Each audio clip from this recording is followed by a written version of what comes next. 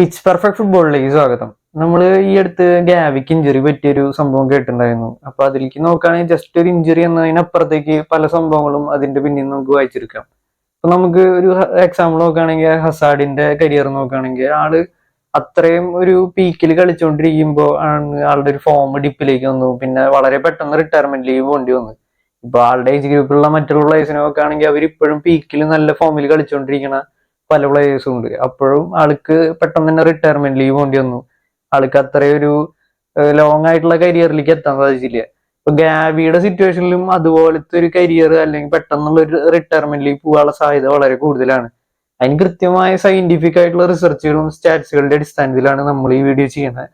അപ്പോൾ ഇത് മുഴുവനായിട്ട് കണ്ടിട്ട് ഇതിനെ പറ്റിയുള്ള അഭിപ്രായങ്ങൾ കമന്റ് ചെയ്യാൻ ശ്രമിക്കുക.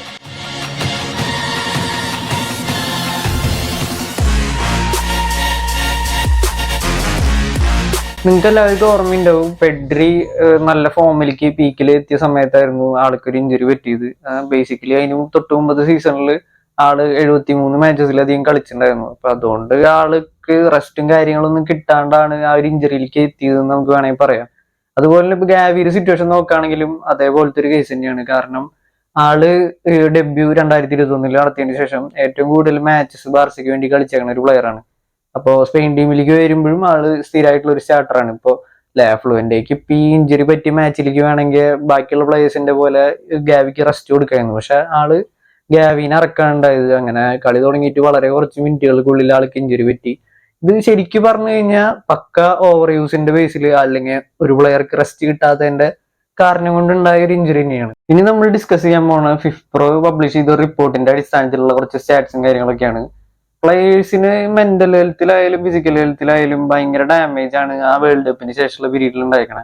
അത് പ്രത്യേകിച്ച് എടുത്തു പറയേണ്ടത് ട്രാവലിംഗ് ടൈം കൂടി എന്നുള്ളത്. കാരണം നമുക്കറിയാം ഇപ്പൊ കലണ്ടർ ഇയറിലുള്ള മാച്ചുകളുടെ എണ്ണം ഭയങ്കര കൂടുതലാണ്. ബേസിക്കലി എവേ മാച്ച് കളിക്കാൻ വേണ്ടി ട്രാവൽ ചെയ്യേണ്ട വരുന്ന പ്ലേയേഴ്സിന്റെ ട്രാവലിംഗ് ടൈമും ഭയങ്കരമായിട്ട് കൂടി. ബേസിക്കലി ഇപ്പൊ ഒരു പ്ലെയർക്ക് ഒരു മാച്ച് കളിച്ചതിന് ശേഷം ഇപ്പൊ ഒരു 5 ദിവസമൊക്കെയാണ് ആവറേജ് നമ്മൾ റെസ്റ്റ് പറയുന്നത്. പക്ഷെ അത്രയും കൂടി കിട്ടാണ്ട് വരികയാണ് ഈ ട്രാവലിംഗ് എന്ന് പറഞ്ഞൊരു ഇത് കാരണം. അപ്പോൾ ബേസിക്കലി പ്ലേയേഴ്സിന് റിക്കവർ ചെയ്യാൻ പറ്റുന്നില്ല. പിന്നെ വേറെ റീസൺ എന്ന് പറയുന്നത് ഇപ്പൊ ഈ പറഞ്ഞ പോലെ പ്ലേയേഴ്സിന് മാച്ചുകളുടെ എണ്ണം കൂടാണ്. ഇപ്പൊ ലൈറ്റ് പ്ലേയേഴ്സിന് പലർക്കും നാഷണൽ ടീമിന് വേണ്ടിയിട്ടായാലും ക്ലബിന് വേണ്ടിയിട്ടായാലും എല്ലാ മാച്ചസിന് ഇറങ്ങുമ്പോൾ 70-80 പലപ്പോഴും 90 മാച്ചുകൾക്ക് എബവ് കളിക്കേണ്ടി വരികയാണ്. പിന്നെ എടുത്തു പറയേണ്ട വേറൊരു കേസ് ഈ പറഞ്ഞ പോലെ മെന്റൽ ഫെറ്റിഗാണ്. ഇപ്പോ വേൾഡ് കപ്പിൽ കളിച്ച പ്ലേയേഴ്സിന്റെ കാര്യമാണ് ഇതിൽ പ്രധാനമായിട്ട് പറയണത്. ഇപ്പോ വേൾഡ് കപ്പില് ഫൈനലിലൊക്കെ കളിച്ചപ്പോൾ അർജന്റീനയിലത്തെ ഫ്രാൻസിന്റെ ഒക്കെ പ്ലേയേഴ്സ് പലരും ഒരാഴ്ച ഗ്യാപ്പിനുള്ളിൽ പലരും ക്ലബിന് വേണ്ടി പിന്നെ ഇറങ്ങിയിട്ടുണ്ട്. അപ്പൊ അങ്ങനത്തെ സിറ്റുവേഷൻ വരുമ്പോൾ അവർക്ക് കൃത്യമായ റെസ്റ്റ് റിക്കവറിക്കുള്ള സമയം കിട്ടാണ്ടാവുമ്പോൾ ഇഞ്ചറിക്കുള്ള ചാൻസസ് വളരെ കൂടുതലാണ്. പിന്നെ വേറൊരു പോയിന്റ് എന്താണെന്ന് വെച്ച് കഴിഞ്ഞാൽ ക്ലബുകളിൽ ഈ ഇഞ്ചറീസ് ഒക്കെ ഉണ്ടാക്കിയ ഒരു ഇമ്പാക്ട് ആണ്. പ്രത്യേകിച്ച് എടുത്തു പറയേണ്ട 2022 വേൾഡ് കപ്പിന് ശേഷമാണ് ഇഞ്ചറി കൺസേൺസ് ഭയങ്കര അധികം കൂടിയത്. അത് ഭയങ്കരമായിട്ട് ഇമ്പാക്ട് ചെയ്ത് പ്രീമിയർ ലീഗ് ക്ലബുകളായിരുന്നു എന്ന് വേണമെങ്കിൽ പറയാം. ഇപ്പോൾ ബുണ്ടസ്ലീഗ ക്ലബുകൾ നോക്കുകയാണെങ്കിൽ അത്രത്തോളം ഇമ്പാക്ട് ഉണ്ടാക്കിയിട്ടില്ല. കാരണം അവർക്ക് ആ ഒരു വേൾഡ് കപ്പിന് ശേഷം അത്യാവശ്യം ബ്രേക്കും കാര്യങ്ങളൊക്കെ കിട്ടിയിട്ടുണ്ട്. അതുപോലെ തന്നെ അവരുടെ ലീഗ് നോക്കുകയാണെങ്കിൽ ക്ലബുകളുടെ എണ്ണം ഭയങ്കര കുറവാണ്. അപ്പോൾ അതിനനുസരിച്ച് കളിക്കുന്ന മാച്ചുകളുടെ എണ്ണം കുറവായിരിക്കും. അപ്പോൾ അതുപോലെ അവർക്ക് റെസ്റ്റ് റിക്കവറിങ് കറക്റ്റ് ആയിട്ട് കിട്ടിയത് കൊണ്ട് അവിടുത്തെ ലീഗുകളിൽ കളിച്ച പ്ലേയേഴ്സിന് കമ്പാരിറ്റീവ്ലി ഇഞ്ചറീസ് കുറവാണ്. നമുക്ക് സ്റ്റാറ്റ്സ് നോക്കിയാൽ കാണാം. ഇപ്പൊ പ്രീമിയർ ലീഗിലെയും ലാ ലീഗിലെയും ഇഞ്ചുറി കിട്ടിയ പ്ലേയേഴ്സ് 299 ആണ്. അത് 2023 ഫെബ്രുവരിക്ക് ശേഷം. പക്ഷെ ബുണ്ടസ്ലീഗയിലത്തെ പ്ലേയേഴ്സ് നോക്കുകയാണെങ്കിൽ നമ്മൾ കാണാം ആകെ 101 പ്ലേയേഴ്സിന് മാത്രമാണ് അവിടെ ഇഞ്ചുറീസ് ഉണ്ടായിട്ടുള്ളത്.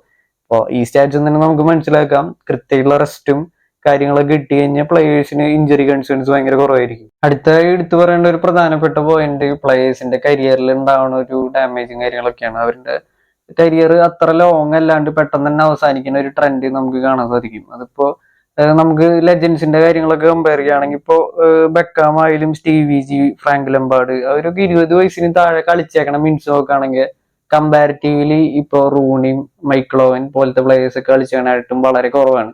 ഇപ്പോ മൈക്ലോവിന്റെ റൂണിയുടെ കേസ് നമുക്കറിയാം. ഒരു 30 വയസ്സിൽ തന്നെ പലപ്പോഴും അവര് ഫോം ഔട്ട് ആവുന്നത് നമ്മൾ കണ്ടിട്ടുണ്ട്. പിന്നെ അടുത്ത് പറയുകയാണെങ്കിൽ ഇപ്പോ ഹസാഡിന്റെ കേസ് പറയുകയാണെങ്കിൽ ഇപ്പോ 24 വയസ്സിന് താഴെ ഏറ്റവും കൂടുതൽ മിനിറ്റ്സ് കളിച്ചു പറയുന്നത് ഒരു സ്റ്റാറ്റ്സ് നോക്കി കഴിഞ്ഞാൽ ഹസാഡാണ് 24 വയസ്സിന് താഴെ ഏറ്റവും കൂടുതൽ മിനിറ്റ്സ് കളിച്ചാണ്. ഇപ്പോൾ ഹസാഡിന്റെ കരിയർ ഇപ്പൊ നമ്മൾ കണ്ടു ഈ അടുത്ത് തന്നെ റിട്ടയർമെന്റ് ഉണ്ടായത്. അതുപോലത്തെ ഒരു സ്റ്റാറ്റ്സ് ഇപ്പൊ കളിച്ചുകൊണ്ടിരിക്കുന്ന ഒരു പ്ലെയറെ പറ്റി പറയാനുള്ളതാണെങ്കിൽ ബെല്ലിംഗാമാണ്. ബെല്ലിംഗാം ഈ ഒരു 20 വയസ്സിനുള്ളിൽ തന്നെ 14,000-ലധികം മിനിറ്റ്സ് ഇപ്പൊ കളിച്ചു കഴിഞ്ഞിട്ടുണ്ട്. ഇപ്പോ പ്ലെയർക്ക് ഇപ്പൊ ഇതുവരെ ഇഞ്ചറി കൺസേൺസ് ഒന്നും ഇല്ല. ഇപ്പൊ ഓരോരുത്തരുടെ ബോഡി ടൈപ്പ് ഡിഫറെന്റ് ആയിരിക്കും. ഓരോരുത്തർക്ക് ഉണ്ടാവുന്ന ഇമ്പാക്റ്റും അതിനനുസരിച്ച് ചേഞ്ചസ് ഉണ്ടാവും. പിന്നെ ശ്രദ്ധയിൽ വരുന്ന വേറൊരു കാര്യം, കഴിഞ്ഞ ജനറേഷൻ ഓഫ് പ്ലെയേഴ്സും ഇപ്പോഴത്തെ ജനറേഷനിലത്തെ പ്ലെയേഴ്സും തമ്മിൽ കമ്പാരിസൺ നടത്തുമ്പോൾ അവിടെ വർക്ക് ലോഡിന്റെ കാര്യത്തിൽ വളരെ ഒരു ഡിഫറൻസ് ഉണ്ടായിട്ടുണ്ട്. നമുക്ക് കിലിയൻ എംബാപ്പെ ഹെൻറി കമ്പാരിസൺ നടത്തുകയാണെങ്കിൽ കിലിയൻ എംബാപ്പെ ഹെൻറിനേക്കാളും 37% കൂടുതൽ മിനിറ്റ്സ് ഈ 20 വയസ്സിന് താഴെ കളിച്ചിട്ടുണ്ട്. അതുപോലെ ഇപ്പോ പെഡ്രി സാവി ഒരു കമ്പാരിസൺ നമുക്ക് നോക്കുകയാണെങ്കിൽ ഇപ്പൊ കാണാം വളരെയധികം ചേഞ്ച് ഇവർ തമ്മിലുണ്ട്. ആ ഒരു ഏജ് ഗ്രൂപ്പിൽ കളിച്ചേക്കണതിനെക്കാട്ടും വളരെ കൂടുതൽ ഇപ്പൊ പെഡ്രി 20 വയസ്സിന് താഴെ തന്നെ കളിച്ചു കഴിഞ്ഞിട്ടുണ്ട്. പിന്നെ അതുപോലെ എടുത്തു പറയേണ്ട അടുത്തൊരു പോയിന്റ് ഈ മാച്ചസുകളുടെ എണ്ണം കൂടുന്ന കാര്യമാണ്. ഇപ്പൊ നമുക്ക് അറിയാം വേൾഡ് കപ്പിന്റെ ഫോർമാറ്റ് ഇപ്പൊ ചേഞ്ച് ആവാൻ പോവാണ്.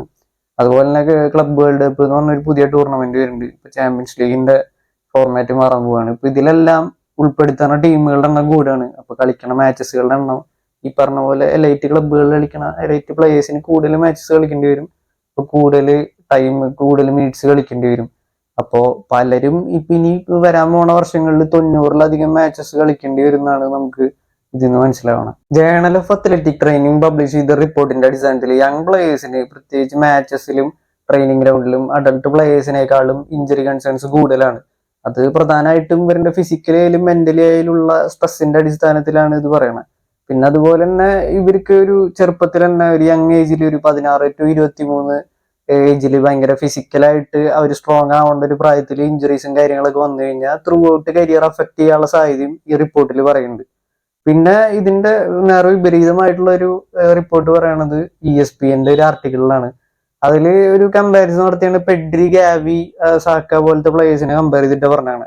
അപ്പൊ അതിൽ നമ്മൾ സാക്കയുടെ കേസ് നോക്കുകയാണെങ്കിൽ ആർസനലിന് വേണ്ടി എല്ലാ മാച്ചസും സ്റ്റാർട്ട് ചെയ്യുന്ന ഒരു പ്ലെയർ ആണ് സാക്ക. അപ്പൊ ആൾക്ക് ഇങ്ങനെ എല്ലാ മാച്ചസിൽ ഇറങ്ങിയിട്ടും അങ്ങനെ ഇഞ്ചറി കൺസേൺസും കാര്യങ്ങളൊന്നും ഇല്ല. അതിന് പ്രധാന കാരണം ഇപ്പോ ആർസനലിന്റെ മെഡിക്കൽ ടീം കൃത്യമായിട്ട് മോണിറ്ററിങ് കാര്യങ്ങളൊക്കെ ചെയ്യുന്നുണ്ട്. പക്ഷെ ആൾക്ക് ഇഞ്ചറിക്കുള്ള ഒരു സാധ്യത പോലും പലപ്പോഴും റിപ്പോർട്ട് ചെയ്യണില്ലേ. അപ്പൊ ഓരോരുത്തരുടെ ബോഡിയും ഡിഫറെന്റ് ആണ്, ഓരോരുത്തരുടെ ഫിസിക്കും ഡിഫറെന്റ് ആണ്. അപ്പൊ അതിനനുസരിച്ച് ഓരോരുത്തർക്ക് അതാത് ലീഗുകൾക്ക് അനുസരിച്ച് ഇഞ്ചറി കൺസേൺസ് മാറിക്കൊണ്ടിരിക്കും. ചിലർക്ക് നേരത്തെ ഈ പറഞ്ഞ പോലെ ഫിസിക്കലി ഭയങ്കര സ്റ്റേബിൾ ആവും. ചിലർക്ക് ഒരു 23-24 വയസ്സ് കഴിഞ്ഞാലായിരിക്കും ചിലപ്പോ ഫിസിക്കലി നല്ല സ്ട്രോങ് ആവണം. അപ്പൊ അതിനനുസരിച്ച് മാറ്റങ്ങൾ വരുത്തണം. അപ്പോൾ ഇതിൽ നമ്മൾ ഉപയോഗിച്ചേക്കണ സൈറ്റേഷൻസും കാര്യങ്ങളൊക്കെ കൃത്യമായിട്ട് അടിയിൽ ലിങ്ക് കൊടുത്തിട്ടുണ്ടാവും. അപ്പൊ നിങ്ങൾക്ക് വല്ല ഡൗട്ടും കാര്യങ്ങളൊക്കെ ഉണ്ടെങ്കിൽ ചെക്ക് ചെയ്യാം. വേറൊരു വീഡിയോയിൽ കാണുന്നവരെ.